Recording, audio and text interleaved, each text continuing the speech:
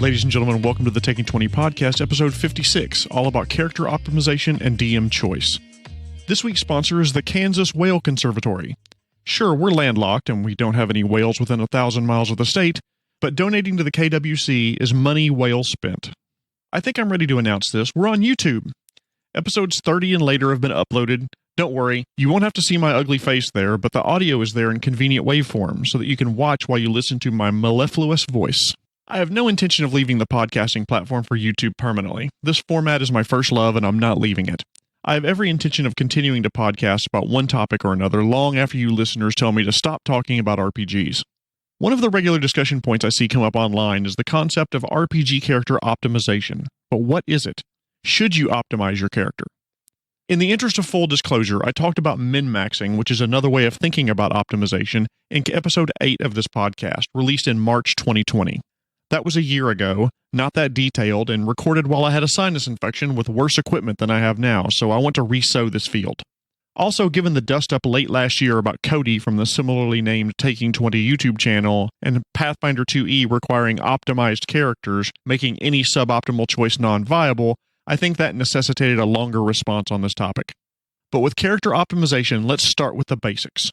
Character optimization is selecting a party role or gaming mechanic, and then selecting the character traits, feats, spells, technologies to absolutely maximize your ability to perform in that role to the detriment or even exclusion of everything else.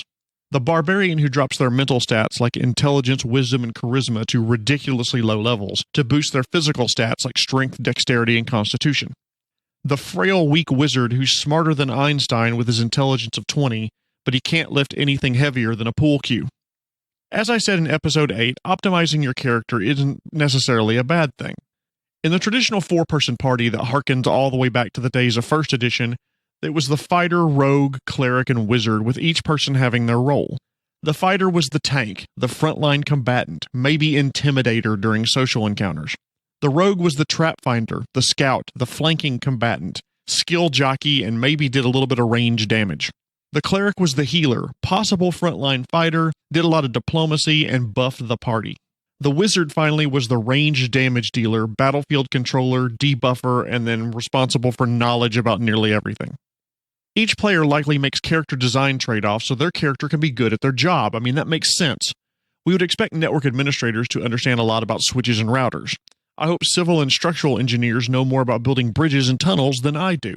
Doctors should have more education about the human body than we have, so they can tell you what that rash is that's growing just above your left kidney, and it's growing by the day, and it's starting to whisper sweet nothings into your ear.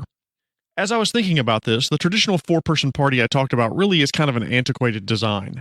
These days, with so many game systems having hybrid classes like Pathfinder or subclasses in D&D 5e and a myriad of options available to them, party members aren't shoehorned into only filling these roles like they used to be. A 5th edition or Pathfinder druid is extremely flexible and can be almost like a Swiss Army knife for the party, filling whatever role is needed. A Pathfinder swashbuckler can be a charismatic fighter, or a rogue to fill the role of face of the party, if you will. Regardless of what role your character plays in the party, she does have a role, and it's important that she's the best that she can be at that role, right? I mean, I'm the damage dealer, I need to be able to deal the most damage. I'm the tank, so I need to have the best armor class and most hit points. Right up front, and by right up front I mean a few minutes in, I'll say that I'm not going to fault any player for making decisions that optimize their character's ability to perform his or her role. Some people live looking for that perfect feat or trait to take at every level. They go to message boards or social media sites like Reddit to debate which ancestry selection is the best for each character class. Hey, if that's what you consider fun, then I'm not going to yuck your yum. Hell, the ranger in my current campaign is choosing a build based on killing things from a really, really long way away. I think I found the webpage he's using as the basis for his build, so I'm pretty sure I know what feat he's taking when he hits 15th level in a few weeks. But do you have to make the exact perfect decision for how to build your character to the exclusion of everything else? In role-play light campaigns that are almost closer to video games, there's no issue at all. Sure, it's fun being the most lethal bastard on the planet, focusing on being the best damage with a bow or laser rifle, greatsword, Dorn Dergar, bite attack with ability drain, or whatever your character has. Or being a top-tier decker and deftly avoiding online protection mechanisms to hack databases and getting that one piece of information that would allow your party to bypass 3/4 of the security mechanisms at Favreau Fabrications. If all your players go for optimized builds, it really limits your character variety. Every cleric takes the extra channel feat. Every barbarian wields a great axe. Every sorcerer focuses on fireball. Every starfinder mystic is from a race called the Shirin. The result of character optimization is unrelenting homogeneity, meaning there's little to no variety in the characters. No one plays against type. No one tries anything new. No one takes a feat because of some interesting event from their backstory, because that would be suboptimal. In that respect, in his video, Cody was right. If all players choose to only make optimal choices, that means your characters will start all looking the same. If you as a DM run your game that forces your players to use optimized characters, then you'll have the same problem. They'll make the same design choices for their characters. Their backstories will become slight variants on a similar theme, so they gain access to a particular feat or trait that would otherwise be unavailable to their character. Combat will look the same because every fighter is a half-orc that's a walking bucket of hit points and heavy metal armor. Every sorcerer is a high elf, weak and squishy, but free teleport if they find themselves in melee combat. Every cleric is a human heal bot who must maximize her ability to remove debilitating conditions like blindness and disease, but doesn't know which end of the sword goes into the bad guy. Optimal characters make for a rather boring game regardless of the game system. D&D, Pathfinder, Starfinder, Shadowrun, Call of Cthulhu, Blades in the Dark, Cyberpunk Red all suffer from this problem. Players, I would encourage you to design a character that you would want to play, even if the writers at RPGbot.net say that's a bad choice. Just because a particular ancestry or race has a bonus to an ability, that doesn't mean that every member of that ancestry follows that same path. I mean, if you want to run a gnome barbarian or a Karasha Lashunta mystic, a troll combat decker, a half-orc wizard, all sound fun to play. You, a wizard with your green skin, don't make me laugh. Ignis, boom. So you're going to stop the racist bullshit or just Thorak have to burn a bitch? DMs, you have a choice on how to run your campaign. You can run your game as a slave to the numbers given, the encounter as presented in the module. The roll you made on the encounter table featuring the bad guys as written with no regard to party makeup, player experience, or difficulty the characters may be having. You can run every encounter with extremely high difficulty, where every creature always goes for the killing blow and follows a narrow set of actions in combat. But if you do, you don't get to whine about how there's no variety with the characters or actions, because you are the one driving the players to this narrow range of choices for their characters. If you run every combat as lethal, PC-killing grindhouses, then every player with a modicum of sense is going to try to keep their character alive, i.e. optimize them for combat. You know what that means? Your social interaction encounters are going to suck. The exploration and foraging parts of the game will likely consist of a lot of failures. Similarly, if you have an adventure and warn the PCs it's going to largely be a series of social encounters with an extremely high price for failure, then don't be surprised when the characters that the players bring to the game can't fight their way out of a warm, wet paper sack. I mean, it's an intriguing idea, though. The party has to investigate the dangerous world of high society to uncover who would have the motivation for supplying the fringe terrorist group of humans who are seeking to destroy elven society. The characters have to collect information, interview people, examine evidence. Maybe there's an attack or an assassination attempt if the players are getting too close to the truth. There's a showdown in front of the queen where the party confronts the big bad evil guy who also happens to be the queen's courtesan. And I've added that to my Google Doc of campaign ideas I hope to flesh out one day.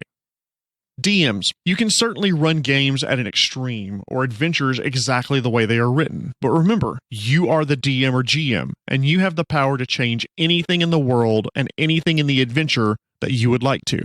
Creature statistics like hit points, armor class, feats, and weapons they wield, change them at will. Treasure and loot earned by the party, change it so that it's better for them. Motivations and actions taken by adversaries both within and outside of combat, you can change it, modify it to make it better for the players.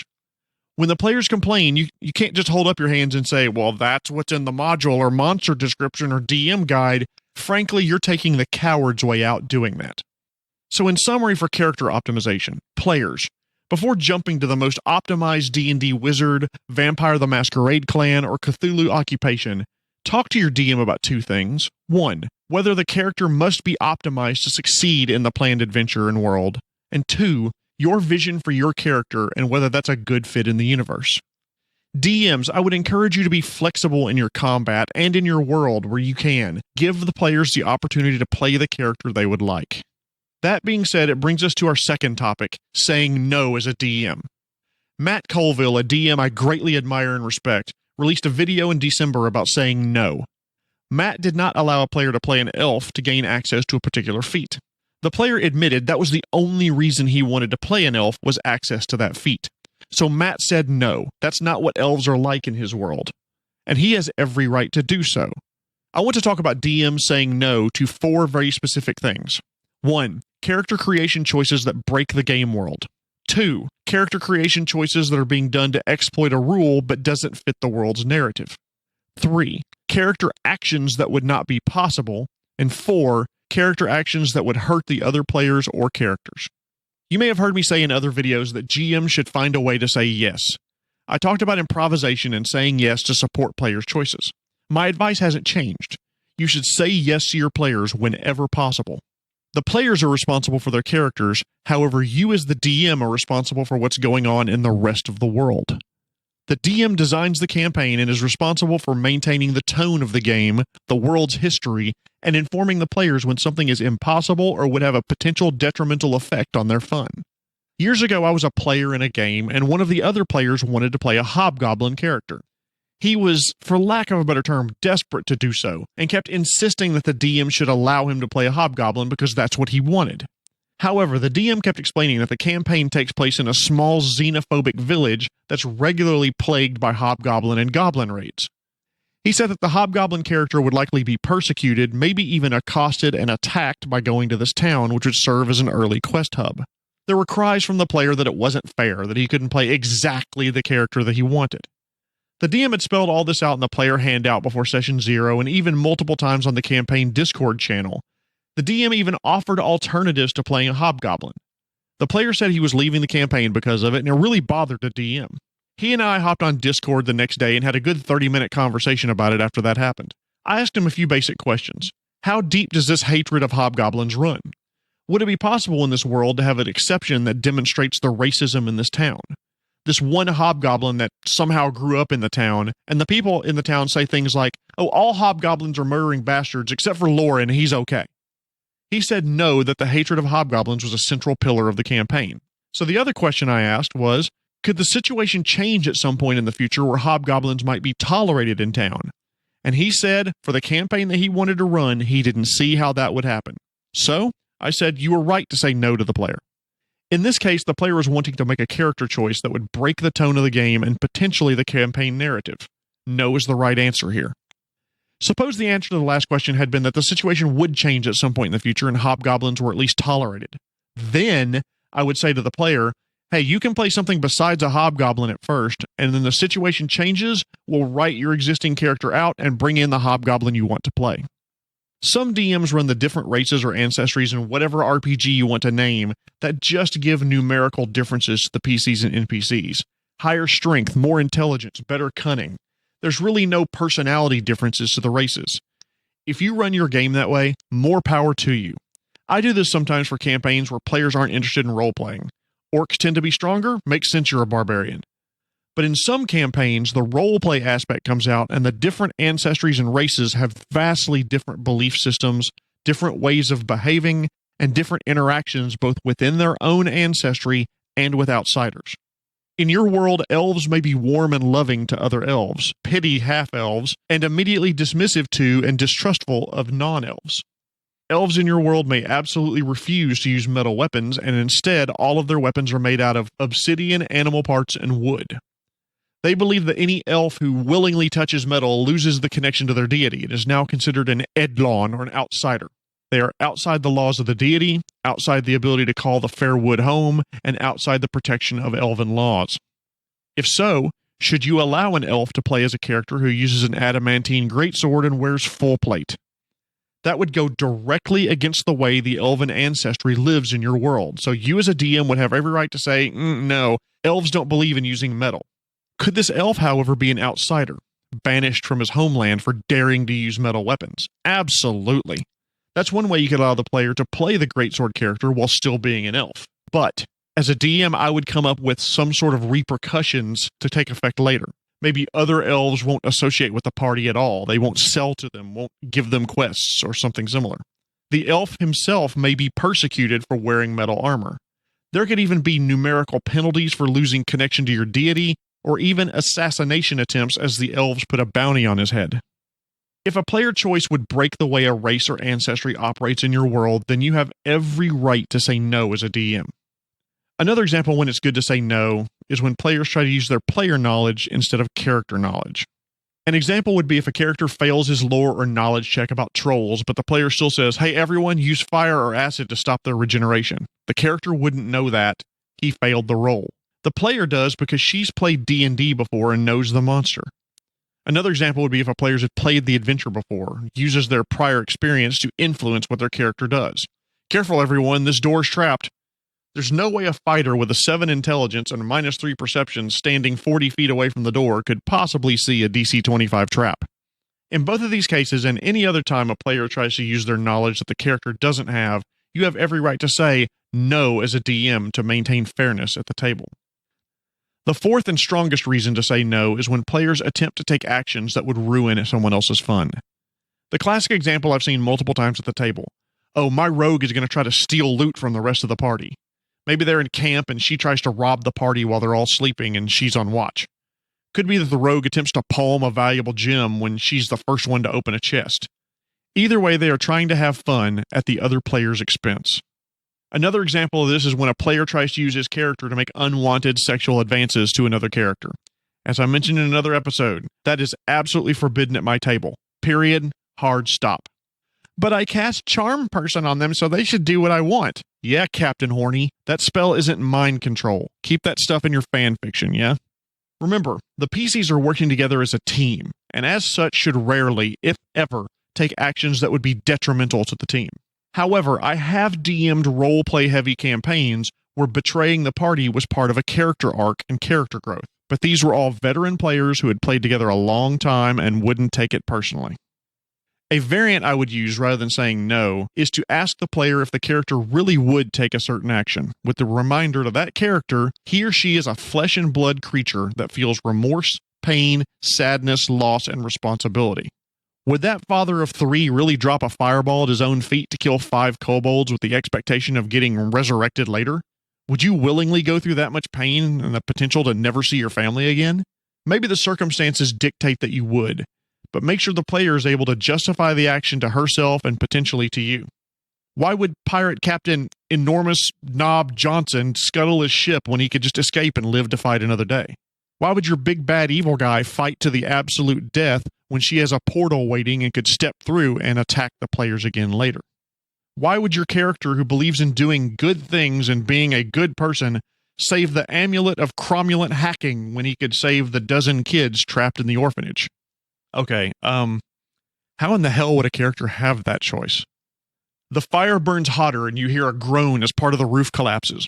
You stand at the intersection, and on your left, inside a room 20 feet away, the amulet glows green with circuit board patterns displaying in the emerald and fading away just as quickly. On your right are 12 doe-eyed, undernourished waifs huddled together in the room, calling out to you, "Please, sir, help me."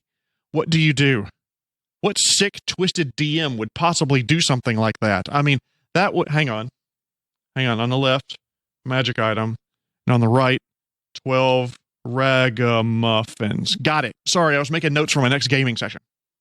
DMs. Yes, you should try to say yes to your players about their creation choices and actions whenever you can. But no is a powerful tool in your toolbox that can be used to great effect when it's needed. If a player's design decision for their character would break the tone of the game or the campaign world, or if a player's choice for their character's action would break the fun for the other players or tone of the world, then no is the better answer there. Do you agree with me? Disagree? Do you have a show idea? You want to tell me to go pound sand? I'd love for you to leave me some feedback on this episode or provide me some feedback to feedback@taking20podcast.com. I get a few messages per week and I'm diligent in responding, so please keep the feedback coming. Thank you all so much for listening. Once again, I want to thank our sponsor, the Kansas Whale Conservatory. Be sure to check out our new orca triplets. They'll have you saying, "Whale, whale, whale, what do we have here?" This has been episode 56, Character Optimization and DM Choice. My name is Jeremy Shelley, and I hope that your next game is your best game.